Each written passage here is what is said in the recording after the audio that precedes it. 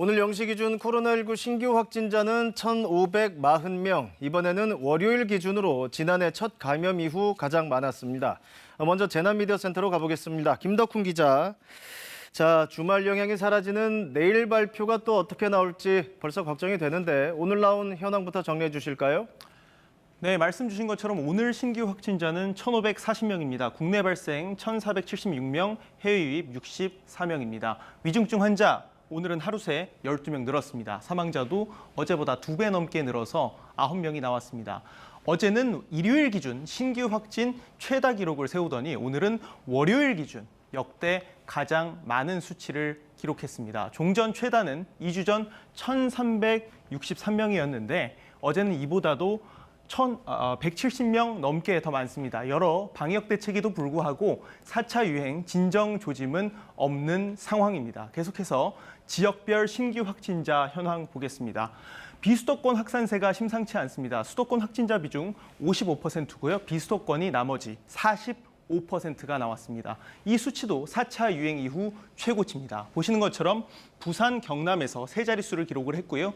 대구, 울산, 경북에서도 50명이 넘는 등 영남권 확산이 두드러집니다. 자, 백신이 걱정입니다. 이달 들어오기로 했던 모더나 백신 물량이 절반으로 줄면서 이 접종 일정도 차질이 생겼죠. 그렇습니다. 미국 제약사 모더나가 이달 공급하기로 했던 물량의 절반만 딱 주겠다고 통보를 했습니다. 모더나 백신 공급과 관련해서 정부의 계획이 틀어진 건 벌써 4번째입니다. 당초 올해 2분기 때 4천만 회를 도입하겠다고 한 약속 지켜지지 않았고요. 당초 7월 중순에 들어오기로 한 물량은 7월 하순에 도입되기로 된 물량은 8월까지 연기됐습니다. 이번에는 아예 이번 달 도입 목표 물량이 절반, 그러니까 반토막이 난 겁니다.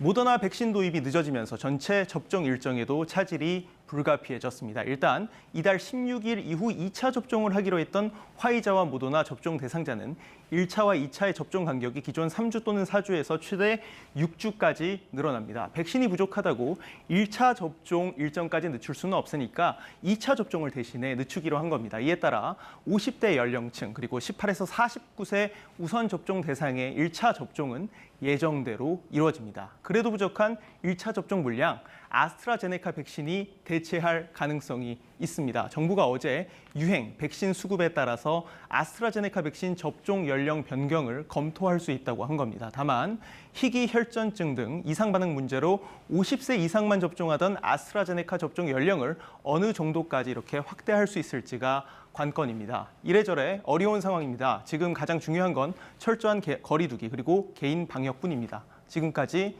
재난미디어센터에서 전해드렸습니다.